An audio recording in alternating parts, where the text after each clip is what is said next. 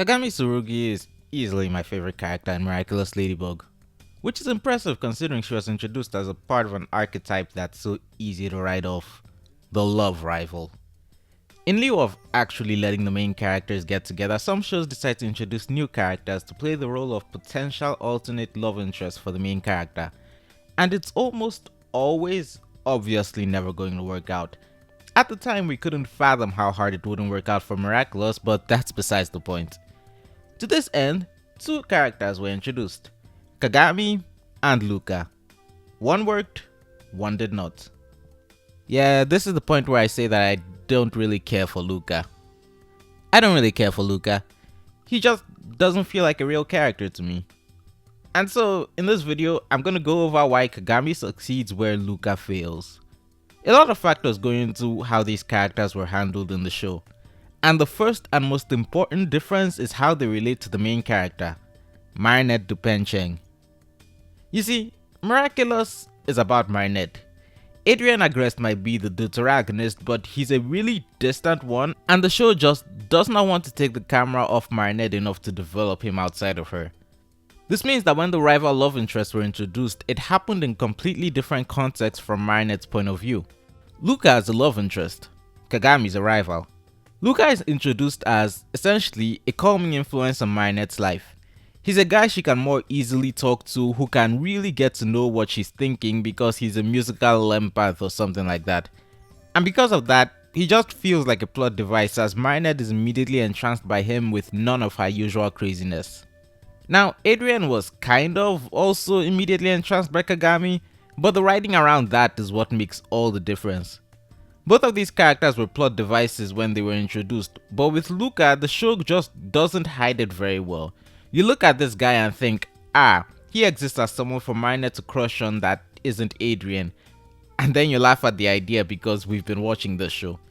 I mean, she doesn't even stalk him, even a little, which is really odd considering season 5 said she's so traumatized that she must know everything about anyone she's interested in. On the other hand, Kagami isn't introduced as Adrien's love interest. Sure, he shows some interest in her, because he clearly has a type, but she's the antagonist of her episode, and that makes her so much more dynamic as a character. We see her be prideful, we see her be jealous, we see her be disappointed in herself. Her being a love interest isn't really that much of a factor, and even beyond that, it only works to engage Marinette when it comes to the plot in the most minor way. Take that out and we're still left with a good character introduction. Take every aspect of Luka being a love interest out and what are we left with? Julika's weird older brother that was retconned into being her twin? In the Captain Hardwork episode, he basically only exists to say things that will get Marinette's heart fluttering with a single moment that might have deluded the audience into thinking he and Adrien were gonna become friends or even relate to each other in a context outside of Marinette. I'm sure that if Adrien was the main character, we'd get to see him and Luka fight over Marinette. But he's not, so that shuts down him making a real connection with the other half of their love hexagon? Like, it's crazy to look back on how much the fandom talked about and still talks about the idea of Adrien and Luka becoming friends, and I think the only time we see them interact in a meaningful way outside of Marinette is when Luka told Adrien he knew his secret before being shipped out of the plot. Ultimately, we're supposed to like Luka, but our feelings on Kagami are more malleable. Both relationships get more development in Froza where they somehow fumble themselves into a double date. And both characters get to show off just how well they work as alternate love interests. And that's where the complicated problem with Luka really reveals itself. Because he's not bad, he's not written recklessly, and as a love interest he clears the shockingly high hurdle of showing interest in the girl. But once you look at the characters outside of their relationship, the difference in them becomes obvious. Marinette is still the main character, and so her jealousy in regards to Kagami is highlighted, while Luka, being the mature cool guy he needs to be, doesn't do anything. He and Adrien don't say a single word to each other in that episode. And in the exact opposite situation, the most pivotal scene of the date is Marinette being put in a position to choose which of the two boys she'll let help her up after she falls. And then, like a boss, Kagami butts in and helps her up before telling her why she's better. The only reason you can't stay on your feet is your hesitation. I never hesitate. Luka isn't a bad love interest, but the show makes it difficult to see him as anything beyond that throughout all of season 2. Yeah, that's basically where we leave off with both characters in season 2. They've shown what they can bring to the table as love interests and what makes them at least appear as better options. But as the story goes on, we'll see more and more why these foundations are important. Like, I'm sure some of you may question why I'm so focused on the fact Luka and Adrien's relationship is practically non-existent, but the fact Kagami has a relationship with Marinette is what allowed her to develop beyond what she started as. Consider that her next major appearance is in Animestro, which is about Chloe and Marinette losing their minds over the idea of Kagami and Adrien dating. Don't ever touch me again. Don't ever speak to me again. Don't ever look at me again. In this episode, Marinette works with Chloe to try and humiliate Kagami because they're both concerned about the possibility of her and Adrien getting together.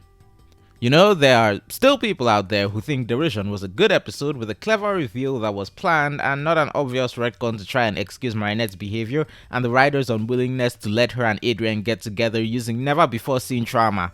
And I swear, they have all forgotten this episode. This leads to a very important lesson where Marinette learns that she's not supposed to act like this when she compares herself to the extreme that is Chloe.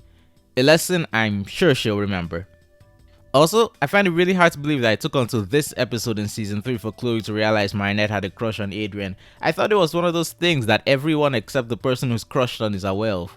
This is only the first half of setting up the next big step of Kagami's development. The second half is with her next akumatization in Oni-chan. In that episode, a picture of Lila and Adrien pushes her over the edge and makes one thing very clear about Kagami. She's lonely. Sure, the episode focuses on her love for Adrien, but it also brings to focus how much her life is like Adrien's, controlled by her mom and lacking interactions with others. Adrien was the only character in the show she had a positive relationship with at that point, and every girl we saw her meet was instantly competing with her for his affection. And this all leads into Ikari Gozen, where Kagami does what she does when she wants something. She goes right for it. And what she wanted was a friend. What is all this gibberish? It's gonna be a long night. Kagami signed up for the Friendship Day games in order to make a friend, and by the power of plot, she was paired up with Marinette. Fortunately, somehow, of the 3 girls she's met so far, Mari is the least combative. Also, Kagami didn't notice what she was doing in Animestro. A lot of their friendship is built on Kagami not knowing what Marinette is doing. Kagami is a lot less social than Adrien though, so she's also doing things like looking up friendship tips on the internet. Dare I say it, I don't think she had a Chloe or Felix in her life. This makes Marinette's betrayal in trying to keep her from winning the game stink so much more. Also, I can't lie, Kagami is such an adorable mix of awkward and overly competent in this episode. Also, why is one of Marinette's most consistent character traits how quickly she lets her paranoia become invasions of privacy? Kagami finds out Marinette's been actively trying to get them to lose and is upset about it. But by the power of being the main character, Marinette gets her to forgive her by failing to lie to cover up her mistake in talking to Tomoe when she picked up Kagami's phone. What is it with this girl and other people's phones? Like, Marinette doesn't even apologize for what she did. Did Kagami even ask why she was trying to lose? Also, as I was rewatching this episode, Ladybug told Kagami that she can't be a superhero anymore because Hawkbot knows her identity, and that's really funny. Do you think she just forgot? Between this episode and Desperada, we get to see Kagami's tendency to lie to get some free time, something she shares with Adrien. But Desperada is Luka's hero episode. And before we get to that, we should talk about his villain one, Silencer. Isn't it crazy how Bob Roth makes every episode he's in worse because nothing about him has to make sense as long as it's evil? He and his son XY steal Kitty Section's music and style, and Luka gets akumatized into Silencer for revenge. This is where we get confirmation he likes Marinette.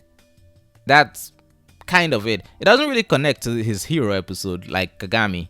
Jagged Stone is a hilariously terrible father who only gets away with it because he's funny, and there are so many worse fathers in the show. How's he gonna visit his ex and kids and his first focus is Marinette? His son has a guitar on his back and he's asking Marinette if she plays. Oh wait, this is the Marinette show. And I think this was before the writers made that retcon. Desperada is awesome, by the way. That design, those powers, how flagrantly unbeatable she came across as. Why did they cook so hard here? Anyway, this is Luka's equivalent to Ikari Gozen, which makes it really sad because it really isn't about him. It's about the 2 main characters. Yeah, I know, it's the greatest twist in modern history. Marinette is insecure about her divided feelings and so keeps choosing Adrien for things he's clearly not the best choice for. Adrien, on the other hand, decides to take on the identity of Aspic to get Ladybug to like him more as Adrien. And Luka continues to be chill, though his transformation is so extra. Look, Luka was basically a plot device in this episode. It's not a terrible role for a minor character, but the real conflict came less from him as a character and more from him as a concept. And when I compare it to the Kagami episode, it just doesn't come close. Kagami kicks off the plot of Ikari Gozen. His plot happens to him. And having gone back to look over these episodes, I can only conclude that Kagami is a better character. And like so many things in this show, it's because the story refuses to focus on anything besides Marinette. Look at the season 3 finale. Luka gets one scene where he gets to tell Marinette he's found a melody for her before giving her a ride. Adrien and Kagami get several where they run away from a boring anniversary celebration, play fight, and have fun. Because Marinette's there. And these scenes are all to make her feel jealous, which further motivates her to break her secret identity rule and give Kagami back the dragon. By some twist of writing, the use of love triangles made Kagami so much more interesting. And because the show refuses to have a good guy dislike Marinette, the relationship between the two isn't animosity. They're friends. It's like all the flaws in how the show is written bend around her and somehow make her better. Which I know because Luka's there for me to compare. And after 2 seasons of build-up, the main characters actually seem to be getting together with other people. And then they shoot that idea down in the beginning of the next season because what? And even that is affected by the foundation the previous season set. Now, I will say this, Luka got much more entertaining in this season. And I associate that with the fact he's now aware of and reacting to Marinette's obvious crush on Adrien. What is Marinette's secret? She is in love with Adrien Agreste. That's not a secret! It's like they figured out what they did right with Kagami and are trying to apply it to him. It's something for his understanding personality to react to along with Marinette's general spazziness. Sure, it's weird to just be so okay with everything, but there's something about his character and how he reacts that makes it entertaining, where Adrien is annoying when he does it. He's still very much designed for Marinette, but he feels more organic. Probably because we actually get to see them hanging out normally. And then there's the next episode, which evidently needed to be fought over to have a focus on Adrien without Marinette, where we get to see how he goes about being a hero. Honestly, it doesn't really focus that much on the particulars of his relationship with Kagami outside of an incompatibility when it comes to her seeing him as perfect. But both episodes do have the same turning points. Both of these relationships collapse because of problems with honesty, and one half keeps getting dragged off to do super stuff. But with Luka, it's much more story than character. Like, you can put anyone in his situation and very little changes. He's so bare bones, they made him and Julika twins and Jagged Stone their secret father, so he had something else to obsess over when he turned into truth. Otherwise, getting akumatized over this would have been a complete overreaction. But Kagami has a build up when it comes to her relationship with dishonesty, so her transformation into lies makes far more sense. This line, We're both a couple of liars. Except I lie, because I want to be with you. You lie, because you don't want to be with me. is better than anything Luka has ever said up to this point. Even their breakup was more interesting. I'm not going further into the show than this. Partially because this video was just meant to look at them as romantic rivals, partially because I'm looking at the word count and thinking, oh no, this turned into a long one. And like, I think season 5 was terrible for both characters. In the end, the show's focus on how it treats its main characters, along with the fact that Kagami actually had a character arc and even slightly complex relationships, made her the far more compelling character. Shout out to my patrons A and Skyman. But what do you think of Kagami and Luka? Tell me down in the comments below, and if you watch this whole video, please tell me by hitting the like button. Also, consider subscribing for more or checking out my past Miraculous videos. Thank you, and good day.